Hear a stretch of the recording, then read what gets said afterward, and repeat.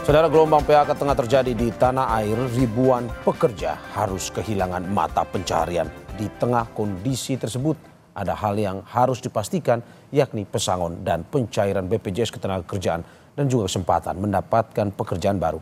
Bagaimana mengawal hal ini, kita bahas bersama sejumlah narasumber. Ada Wakil Menteri Ketenagakerjaan Immanuel Ebenezer. Selamat pagi, Pak Wamen. Mas Mariole. Terima kasih, Pak Wamen sudah bergabung di studio pada pagi hari ini.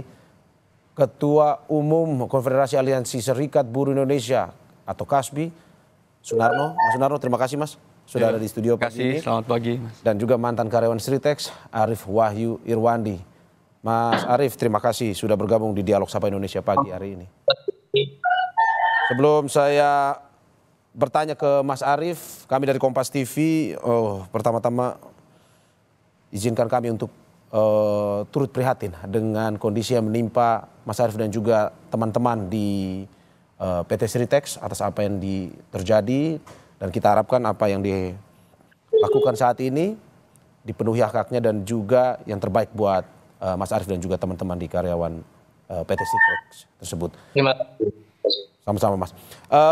Mas Arief, hingga saat ini bagaimana kelanjutannya terkait dengan pemenuhan hak-hak tersebut, termasuk dengan pencairan BPJS Ketenagakerjaan? Sudah ada tindak lanjutkah atau bagaimana? Iya, kalau kami dari karyawan Sritex, yang pertama adalah gaji terakhir. Gaji terakhir itu sudah diberikan, walaupun belum semuanya ya. Maksudnya ada ya gantungan atau apa namanya ganti cuti itu belum semuanya dikasih, hanya sebagian sudah dikasih. Untuk pencairan BPJS Ketenagakerjaan, JKP dan lain sebagainya masih kita urus dari tanggal 1 kemarin sampai tanggal 10. Dan mungkin hari ini nanti saya jatah untuk mengurus itu, pemberkasan. Oke, kalau sesuai dengan Undang-Undang Cipta Kerja kan ada 3 tuh Mas. Ada uang pesangon, uang penghargaan masa kerja, dan juga uang penggantian hak kerja. Apakah memang itu pada saat Anda mengurus juga disebutkan pada akhirnya nanti diberikan kepada Anda? Ya, itu kemarin dari pemerintah, dari Departemen Tenaga Kerja menjamin pada kita, buruh Sritex, itu dari 3 itu akan diperjuangkan, gitu, diperjuangkan, dan sudah pasti di ACC sama tim kurator. Saya dengar seperti itu. Oke, kalau dari BPJS Ketenagakerjaan sendiri, apakah memang ada rentang waktu berapa lama, dalam arti bahwa pencariannya, apakah memang dalam waktu dekat mungkin sebulan atau bisa lebih? Kalau janji dari yang pihak yang berwenang kemarin, BPJS Ketenagakerjaan kayaknya tidak sampai 1 bulan mungkin bisa dicairkan. Kemungkinan pertengahan Maret kita bisa mendapatkan hak kita untuk BPJS Ketenagakerjaan. Oke, berarti sebelum 1 bulan ini, di pertengahan Maret sudah akan langsung dicairkan ya Mas ya? Ya. Oke. Janji pemerintah itu. Oke, dalam waktu hingga dari saat ini hingga nanti masa pencairan, bagaimana Anda dan juga mungkin cerita teman-teman di karyawan Sritex sendiri mencoba menghidupi sehari-hari ini sambil menunggu pencairan dari BPJS Ketenagakerjaan?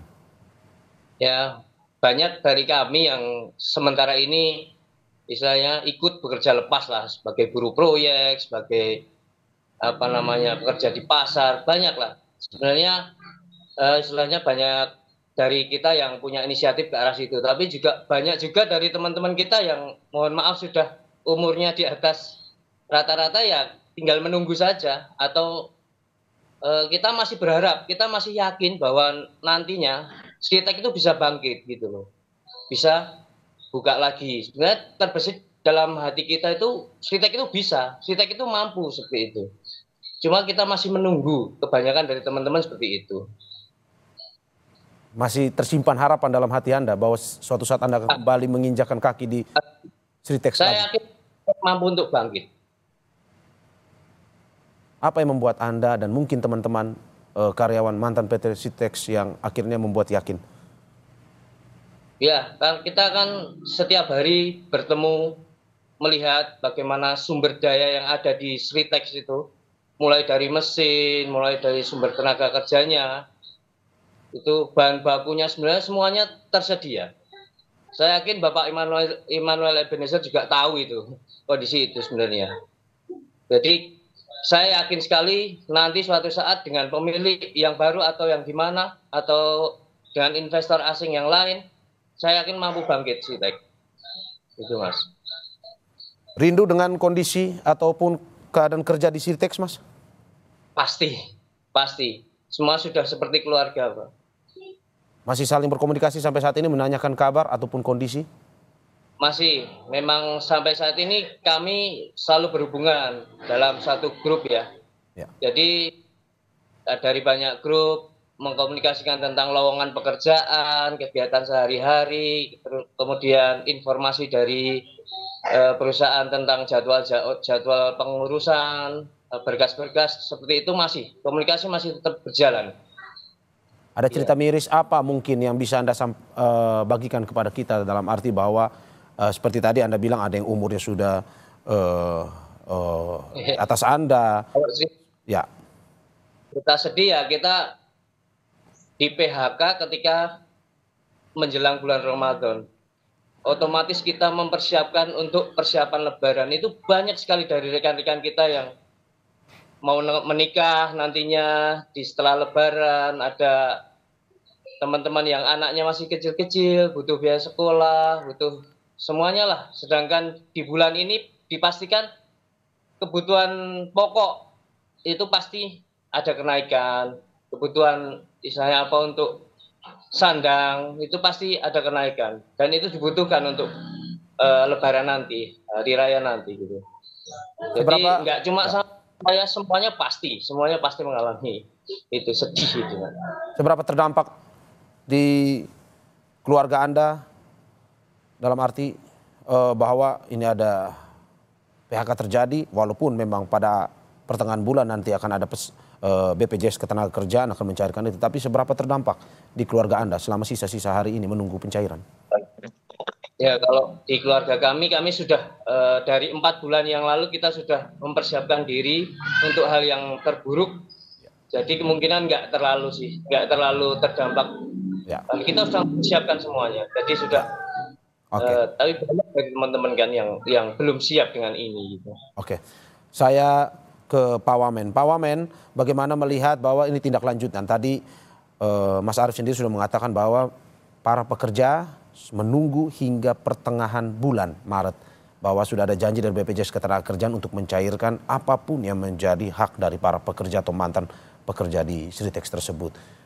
Bagaimana pemerintah mengawal ini agar betul harapan di tengah bulan ini mereka bisa akhirnya mendapatkan apa yang menjadi hak mereka, Pak Wamen? Ya, pertama-tama ya kita turut prihatin dulu ya dengan kejadian yang menimpa kawan-kawan pekerja atau buruh Sritex. Yang pasti pemerintah kan tidak tinggal diam. Itu kedua, ketiga, soal menjamin hak-hak kawan-kawan buruh dan pekerja Sritex itu sudah menjadi prioritas kita dan itu sudah di atas meja kita. Dan itu kita lakukan tidak dengan diam dan apa. Banyak sekali tindakan-tindakan sudah kita lakukan dan Mas Arief ini ngerti sekali lah bagaimana apa yang sudah kita lakukan ke Sritex. Sebelum kawan-kawan Sritex ini kan berapa bulan yang lalu di PHK, tapi saya hadir di sana untuk menghold supaya tidak terjadinya PHK. Dan itu terjadi. Nah kemudian dari PHK yang dilakukan kurator itu bukan domain saya lagi, karena itu domain hukum, menjadi keputusan hukum. Nah semoga aja hari ini atau 2 hari ke depan ada kabar baik buat kawan-kawan pekerja Sritex ya. Kita nggak mau duka ini tetap terselimuti oleh kawan-kawan Sritex dan kita punya optimisme lah karena gini beda nih Kak, ini buruh Sritex dengan buruh-buruh yang lain ya. Mereka di Sritex itu jiwa patriotismenya itu tinggi sekali. Saya ngerasain atmosfer itu kayak Mas Arief. Jadi mereka tuh secara emosional antara perusahaan, owner dan buruh itu seperti emang keluarga besar, itu beda banget ya benar. Jadi nuansa emosional itu benar-benar ada di Sritex itu. Makanya mereka merasa kehilangan rumah kedua mereka mungkin menurut saya. Mereka merasa kehilangan. Jadi wajar ketika kawan-kawan itu nangis dan sebagainya. Nuansa emosional itu terkuak kayak di sana ya. Saya pun sebenarnya mau nangis sebetulnya ngeliat situasi itu. Tapi ya sudahlah, kita kan negara nggak boleh emosional ya, negara rasional. Makanya kita melakukan upaya-upaya tindakan-tindakan yang menjadi kewenangan saya sebagai Kementerian Tenaga Kerja. Jadi upaya-upaya itu misalnya terkait hak mereka untuk mendapatkan pesangon, kita pantau, kita lihat. Kedua, hak mereka untuk mendapatkan program jaminan kehilangan pekerjaan. Ketiga adalah program JHT, jaringan hari tua, jaminan hari tua, dan semua itu kita lakukan. Dan Mas Arief ngerasain kok, kita langsung perintah itu dinas, dan saya bilang pantau, nggak bisa tidak. Mas Arief tahu banget lah bagaimana saya melakukan upaya-upaya maksimal ke kawan-kawan buruh Sritek. Makanya saya kaget orang-orang di luar sana kok teriak-teriak, mereka nggak tahu realita itu di dalam. Yang tahu itu kawan-kawan buruh, serikat pekerja, dan kita. Makanya saya heran kenapa yang ngamuk-ngamuk orang di luar Sritek. Kawan-kawan Sritek kayak enggak, mereka sadar, mereka memaklumi dan mereka memahami situasi itu. Gitu. Jadi ya sekali lagi Mas Arief, salam hormat saya buat kawan-kawan buruh Sritek. Memang situasi ini memang tidak bisa dihindarkan. Tapi apapun itu ya negara tetap harus hadir. Negara harus hadir di tengah-tengah kegelisahan ini. Makanya kita selalu menyampaikan bahwa kita harus menjamin hak-hak kawan-kawan pekerja itu. Terkait apa? Hak mereka, hak mendapatkan pesangon. Hak apa lagi? Hak mendapatkan program-program dari pemerintah. Nah kemudian kalau kawan-kawan buruh atau pekerja ingin alih profesi, misalnya mau jadi tukang las, operator apa gitu. Nah itu kita ada BLK yang kita siapkan. Gitu. Jadi ruang-ruang untuk mencari pekerjaan di luar juga kita sedang upayakan. Misalnya kita coba mengumpulkan mitra-mitra industrial kita. Coba mana-mana aja yang kawan-kawan butuh tenaga kerja. Ini ada kawan-kawan kita di buruh Sritek gitu. Mereka kan sudah terampil. Mereka bukan pekerja-pekerja malas. Mereka pekerja semua di situ. Makanya harapan kita nanti kalau ada industrial yang mau menerima mereka, ya sudah terimalah, jangan pakai syarat-syarat. Ya. Gitu, biar nggak beban secara moral dan psikologis buat kawan-kawan kawan-kawan Sritek di sana. Ya. Itu yang bisa saya sampaikan, Mario. Pak Wamen, bagaimana melihat bahwa masih ada harapan tersisa dalam hati teman-teman di mantan karyawan Sritek ini bahwa suatu saat mereka akan kembali bersama lagi di Sritek? Apakah mungkin Pak melihat dengan aturan yang telah dikeluarkan oleh Mahkamah Agung pun juga apa yang telah diusahakan selama ini oleh pihak pemerintah, dari Pak Wamen sendiri melihat apakah mungkin ada harapan itu bisa terwujud? Ya harapan itu kan harus ada, tidak boleh tidak. Ya. Bangsa ini nggak boleh kehilangan harapan dong. Ya. Nah soal peluang-peluang itu ya kita berharap misal nanti ada investor baru, semoga ada rekrutmen baru gitu loh. Ya. Itu kan yang menjadi harapan Mas Arief dan kawan-kawan. Ya. Dan jangan dipersulit, yang paling penting itu. Ya kan Mas Arief? Ya, betul Bapak. Itu harapannya, dan kita tahu banget lah, makanya kalau ada yang teriak-teriak nggak ngerti apa-apa. Ya. Mungkin bahasa saya tuh mungkin cocok itu baby monster tuh yang teriak-teriak tuh nggak ngerti apa-apa. Tampangnya serem tapi lemah. Oh kita ini masih kuat, kawan-kawan buruh Sritek aja kuat-kuat semua. Mereka makanya nggak gentar. Karena mereka sudah tertanam jiwa-jiwa patriotik. Bayangkan mereka tuh ada upacara-upacara khusus di sana dan orang tidak ada yang tahu itu. Gitu loh. Bagaimana patriotisme mereka antara pekerja, manajemen, sampai owner, sampai semua. Makanya etos kerja mereka tuh luar biasa. Dan menurut saya udah luar biasa lah. Saya ngerasain atmosfer itu sampai sekarang. Makanya saya selain ada rasa duka ya saya menghormati semangat kawan-kawan buruh Sritek. Mereka bukan orang-orang lemah, mereka orang-orang tegar dan kuat. Ya, oke. Saya ke Mas Sunarno dari Kasbi. Mas Sunarno, bagaimana melihat tragedi menimpa para karyawan di Sritek? Pun juga pemerintah sampai saat ini terus mengupayakan bagaimana pemenuhan hak-hak yang harus mereka dapatkan. Dari Kasbi sendiri melihat bagaimana ke depan ini hak-hak ini harus sampai ke tangan mantan karyawan Sritek ataupun mereka yang di PHK secara utuh dan juga bisa terpenuhi. Ya, terima kasih Mas. Ya, terkait dengan kasus PHK yang dilakukan oleh PT Sritek terhadap para pekerja atau para buruh, ya tentunya kami dari pengurus pusat Konfederasi Kasbi menyampaikan keprihatinan mendalam atas kasus PHK tersebut. Dan saya pikir kawan-kawan pekerja, kawan-kawan buruh di PT Sritek tetap harus memperjuangkan hak-haknya. Tadi saya juga mendengarkan langsung dari Pak Arif Wamen dan juga Mas Arif ya terkait dengan situasi atau kondisi yang terkini gitu ya, terkait dengan PHK yang terjadi. Sebelum masuk ke soal hak-hak atau PHK yang ada di kawan-kawan PT Sritek atau mungkin di kawan-kawan yang lain juga ya. Tadi disebut juga ada PT Danbi Internasional di Garut juga. Terkait dengan kepailitan ini memang harus kita perhatikan gitu. Karena kan kalau kita bicara aturan undang-undang misalnya pasca putusan MK 68 ya, Undang-Undang Cipta Kerja yang kemarin seharusnya memang terkait dengan PHK ini harus ada upaya pencegahan ya dari pihak serikat pekerja, dari pihak pengusaha dan juga dari pihak pemerintah sendiri gitu. Lalu juga yang perlu dipahami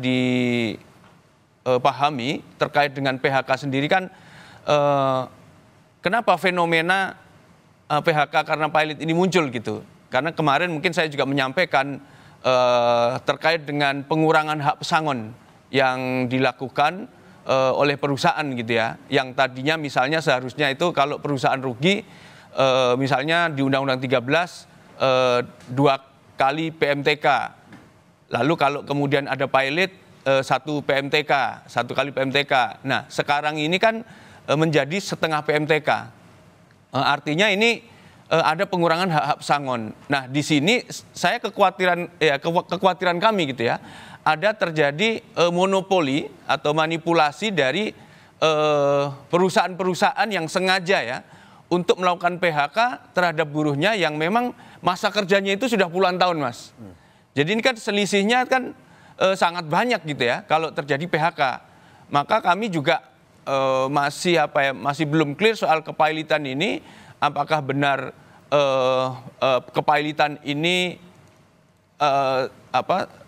palit yang serius yang memang itu dengan situasi perusahaan gitu ya, karena rugi dan lain sebagainya gitu, atau ada skenario gitu ya sengaja untuk tadi mengurangi hak-hak pesangon teman-teman buruh tadi dengan memanfaatkan Undang-Undang Cipta Kerja, dalam hal ini PP 35 tahun 2021, Mas. Oke, tapi kan sudah ada putusan MA sebenarnya menyatakan bahwa kalau Sritek kasusnya, contoh kasusnya itu memang sudah pilot.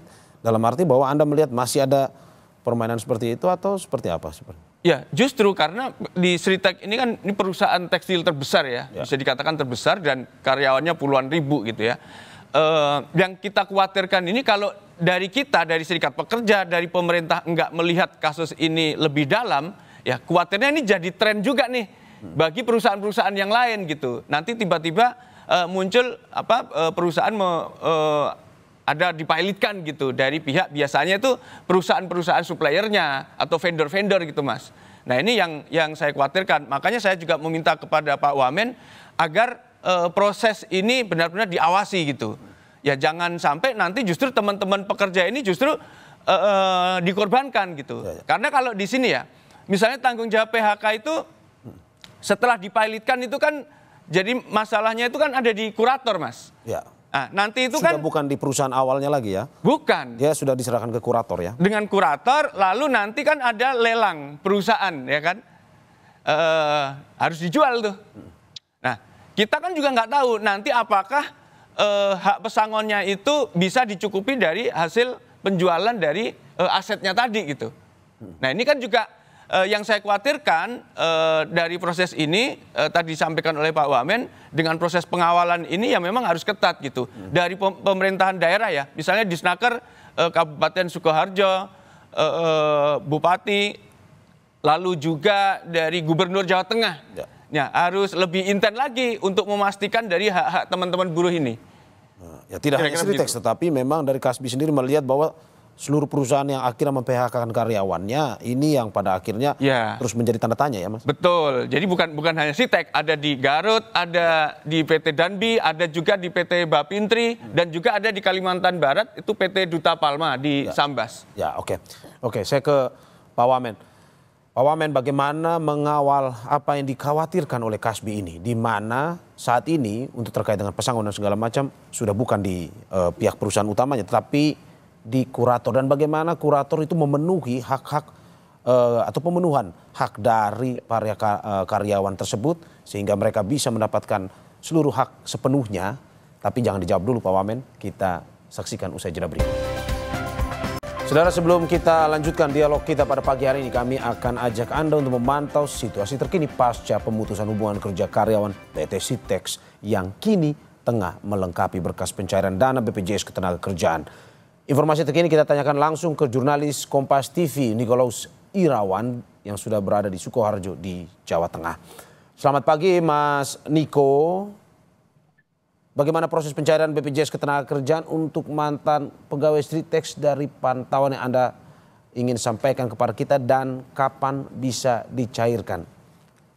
Baik, selamat pagi Mario dan juga saudara. Memang benar pada hari ketiga pasca PHK massal ribuan buruh Sritex ini, mereka diminta untuk kembali datang ke pabrik untuk mengurus pengajuan berkas dari BPJS Ketenagakerjaan. Nah, untuk hari ini yang dijadwalkan pada pukul 8.30 nanti diundur menjadi pukul 10 pagi begitu. Nah, untuk proses pencairannya saat ini kita masih menunggu konfirmasi pihak yang bersangkutan, dan karyawan yang kami tanya hanya menjawab nanti akan diinfokan kemudian begitu, Mario. Oke, berarti hingga saat ini jam 10 nanti ya, sesuai dengan informasi Anda, Niko, bahwa mantan karyawan PT Sritex akan berkumpul dan juga untuk mengurus BPJS Ketenagakerjaannya.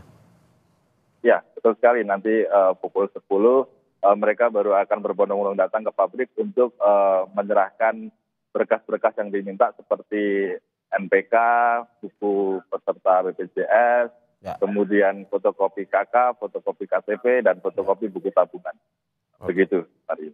Ya, terima kasih Nikolaus Irawan atas laporannya dari Sukoharjo, Jawa Tengah. Selamat bertugas kembali.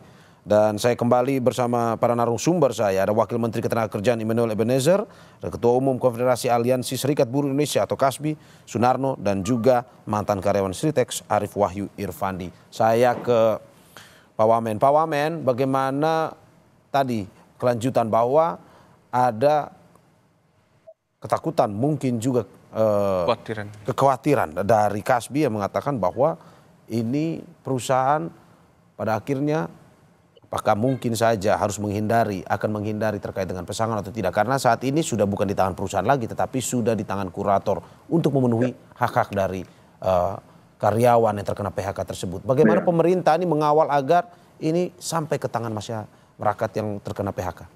Oke, pertama-tama saya sampaikan bahwa ini untuk kedua kalinya. Dulu manajemen punya komitmen untuk tidak mem-PHK dan itu terjadi tidak PHK. Kemudian kemarin Pak Wawar atau Pak Iwan itu punya komitmen tetap memberikan pesangon. Itu komitmen perusahaan ya, manajemen. Mas Arief tahu ya Mas ya. Artinya komitmen-komitmen itu tetap dijalankan. Kemudian ada persoalan-persoalan yang lain, ya kan itu bukan domain kami lagi. Yang jelas kita akan tetap menjaga hak-hak buruh dan itu harus menjadi prioritas kita. Gitu, jangan sampai kekhawatiran yang disampaikan Mas Nono itu terjadi. Karena gini, perusahaan itu ada dua. Ini sebenarnya kan Sritex ini kan tidak mau dipilotkan. Dia tidak mau. Maunya going concern tetap berjalan. Tapi kan dipilotkan.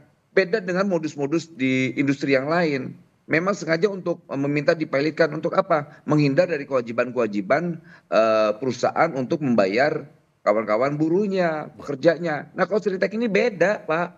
Sritex ini tidak mau dipilotkan. Bahkan kita kemarin sepakat yuk bikin going concern aja. Agar apa? Ini tetap berjalan, tidak terjadi PHK. Tapi kan ada keputusan hukum yang lain. Yang nggak mungkin saya mampu masuk ke wilayah yang bukan domain saya. Kita ini eksekutif masuk ke yudikatif kan tidak mungkin Pak. Jadi sekali lagi kekhawatiran Mas Nono itu benar adanya. Tapi semoga itu tidak terjadi di Sritex. Kenapa? Semangat kawan-kawan Sritex, kita ini siapa sih mau PHK? Manajemen itu punya komitmen untuk tidak PHK. Negara juga. kawan-kawan buruh apalagi tidak mau, mereka tidak mau. Karena menurut saya PHK itu kayak sosok monster di telinga mereka. Itu. Dan kita kemarin tuh meyakinkan untuk tidak ada terjadi itu. Tapi gimana? Kita sudah maksimal loh, kita sangat maksimal. Kawan-kawan Tritek tahu sekali. Nah, sekarang ya tugas kita sebagai pemerintah coba mengawal hak-hak kawan-kawan buruh agar kekhawatiran yang disampaikan Mas Rono itu tidak terjadi. Karena memang pada umumnya itu yang terjadi. Contoh di Garut. Di Garut memang sengaja dipilotkan karena memang itu keinginan mungkin ya, mungkin keinginan pengusahanya untuk apa? Menghindari kewajibannya untuk apa? Terkait upah, terkait pesangon, terkait dan sebagainya. Maka ini beda kasusnya, Sritek ini paling beda di antara semua. Berarti Anda mau bilang bahwa walaupun ini ketakutan ini tidak terjadi di Sritek, tapi memungkinkan terjadi di perusahaan-perusahaan lain seperti yang Pak Wamen bilang tadi ya? Sudah terjadi, banyak. Banyak Mas Nono tahu tuh data-datanya. Banyak di Tangerang, di mana Sukabumi, Bandung, di Jawa Tengah, itu terjadi.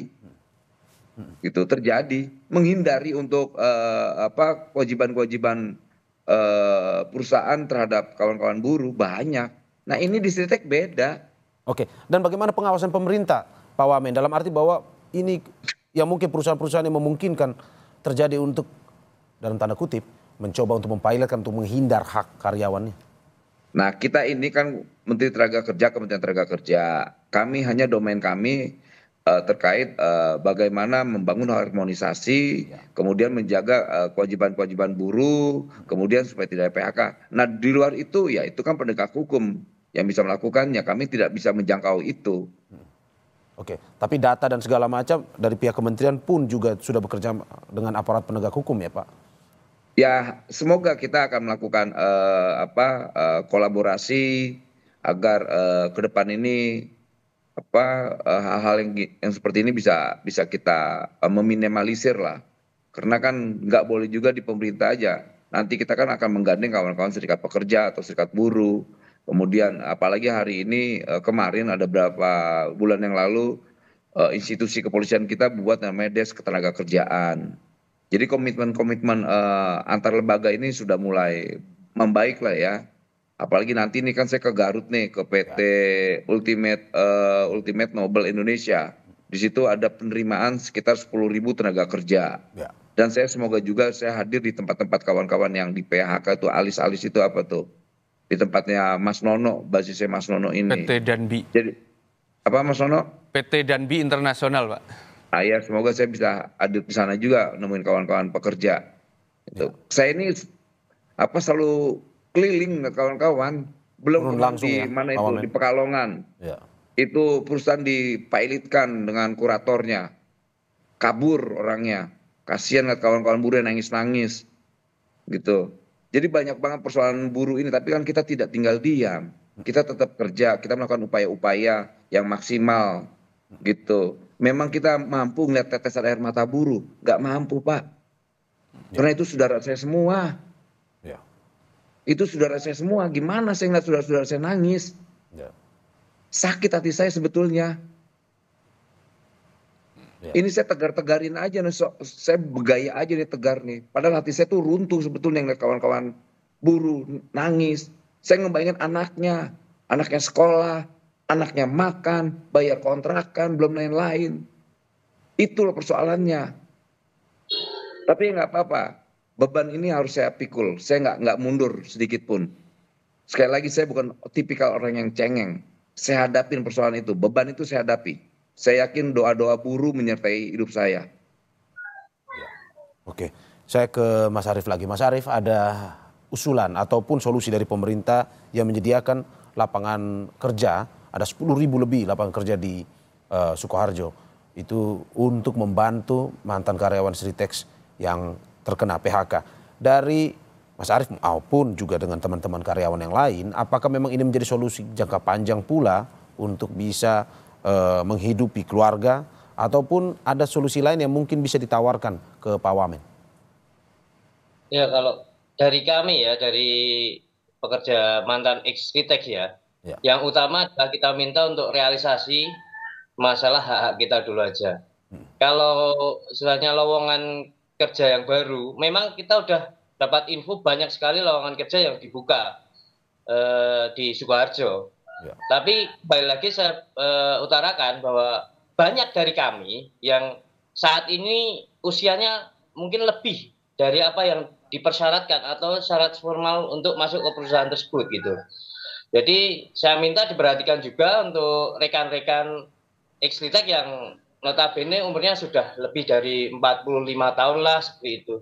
Karena kebanyakan syarat masuk perusahaan biasanya 18 sampai ke 30 35. Di atas itu mungkin pengalaman ya, mungkin pengalaman, tapi yang utama kan yang sepuh-sepuh biasanya akan kesulitan, yang sudah berumur pasti kesulitan untuk ke arah situ, untuk masuk ke lowongan tersebut. Nah, saya minta untuk pemerintah juga yang berwenang lah untuk memperhatikan ke arah situ. Itu sangat sensitif sekali karena Sitek banyak sekali karyawan yang di PHK itu banyak sekali gitu loh. Dan kebanyakan umurnya memang sudah mohon maaf sudah sepuh gitu. Ya. Pak Wamen mungkin langsung bisa menjawab bahwa oke, salah satu sisi bagus untuk mereka yang masih bisa bekerja, tapi ada juga yang usianya sudah memang pada akhirnya membatasi mereka untuk bisa dalam jangka waktu yang panjang. Ya, di situ yang menjadi concern kita ya, makanya nanti semoga dengan adanya investor baru ini tidak menghalangi dengan syarat-syarat yang berat itu. Ya. Karena kita tidak mau dibatasi soal umur. Pokoknya prinsipnya syaratnya harus dibuka seringan-ringannya. Misalnya mereka masih punya energi untuk bekerja. Ya. Itu syaratnya. Jangan sampai umur 18 sampai 30. Kacau dong, kasihan dong yang umur 45 nggak bisa kerja. Ya. Umur 40 nggak bisa kerja, itu saya nggak mau. Itu ya nggak mungkin lah buka syarat umurnya 60 sampai 70. Ya tapi yang pasti yang masih produktif bekerja ya diterima. Ya saya coba untuk mengawal itu ya. Semoga ini bisa terlaksana lah. Karena gimana kasihan masa umur 45 nggak diterima padahal mereka masih punya kemampuan energi bekerja. Ini menurut saya nih membuat sesuatu yang secara sistematik membuat rakyat makin miskin, bukan makin sejahtera. Dan ini sistem yang menurut saya sistem yang jahat untuk rakyat lah. Jadi semoga Mas Arief, harapan-harapan kita berjuang lagi, jangan kita putus harapan. Harapan itu masih ada. Semoga dengan hadirnya saya sebelum saya dicopot atau saya dipecat, keberpihakan ini tetap saya dedikasikan untuk kawan-kawan buruh lah. Pak Wamen, Anda saya nggak akan mundur sedikit pun dari perjuangan saya. Pak Wamen, Anda lebih emosional pada pagi hari ini menceritakan terkait dengan karyawan Sitek dibandingkan wawancara-wawancara sebelumnya. Apa yang Anda ingin sampaikan bahwa mungkin Anda ingin melihat ya harus dibantu teman-teman di karyawan PT Sitek ini, tapi atau bagaimana? Ya gimana, sedih sekali Pak. Karena situasinya beda. Itu kan persoalan emosional yang mereka merasakan itu rumah mereka. Mereka bisa tertawa di situ, nangis di situ, makan di situ. Saya ngerasain atmosfer itu. Lantas tiba-tiba mereka di PHK, gimana rasanya? Yang nangis itu semua nangis Pak. Sedih saya juga. Malu saya lebih malu.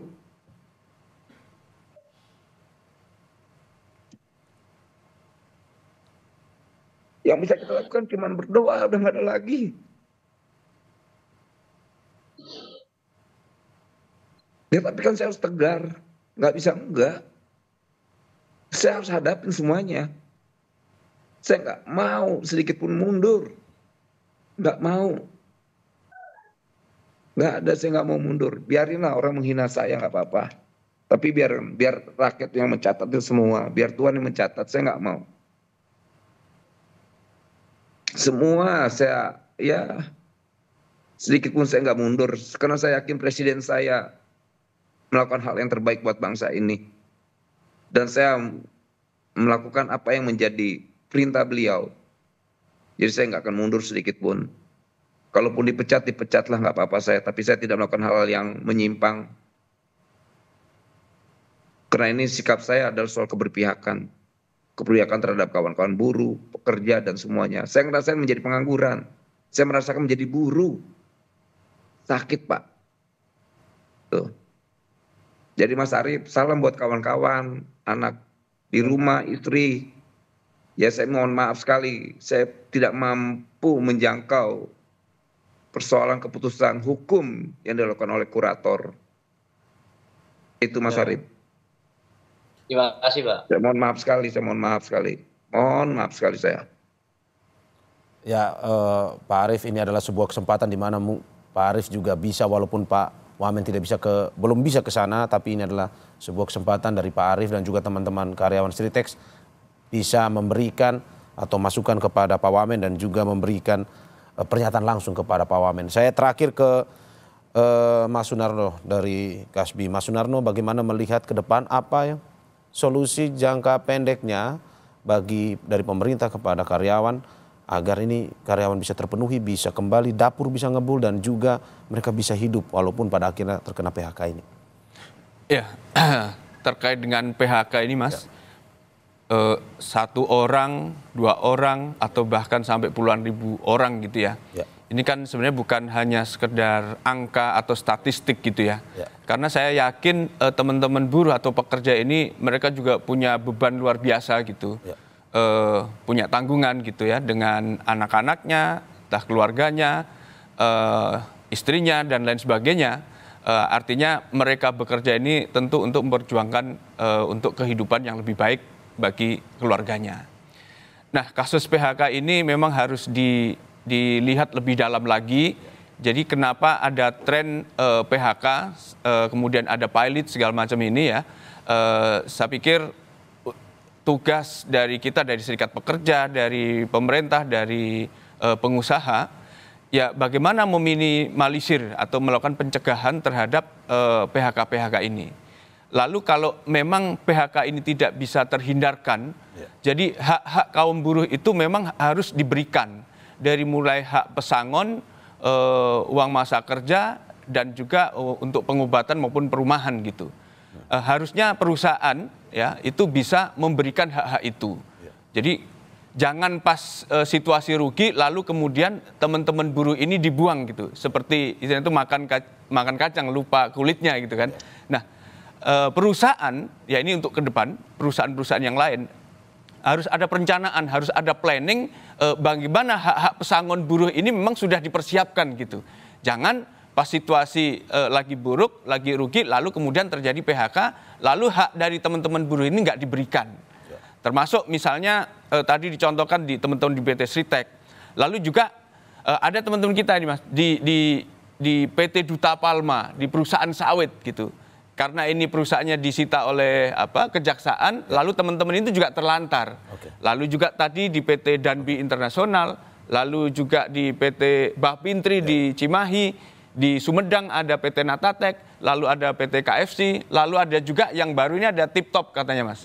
Di retail, Tip Top itu juga melakukan PHK. Nah, situasi seperti ini memang harus diantisipasi terutama dari pemerintah kita.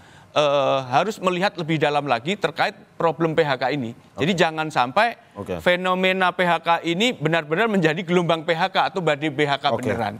Terima kasih. Kita harap antisipasi ini bisa segera dilakukan oleh pemerintah ya. Betul. Seperti yang dikatakan oleh Pak Wamen. Terima kasih Ketua Umum Konfederasi Aliansi Serikat Buruh Indonesia Kasbi, Pak Sunarno. Terima kasih atas waktunya. Dan juga terima kasih kepada Wakil Menteri Ketenagakerjaan Immanuel Ebenezer atas apa yang disampaikan pada pagi hari ini. Dan juga terima kasih kepada mantan karyawan Sritex Arief Wahyu Irfandi. Terima kasih Mas, dan kita seluruh masyarakat Indonesia pun juga dari Kompas TV turut prihatin dan semoga apa yang diharapkan bisa terpenuhi sesegera mungkin. Terima kasih Bapak-Bapak atas apa yang disampaikan. Sehat-sehat selalu. Terima kasih. Terima kasih Mas Arief.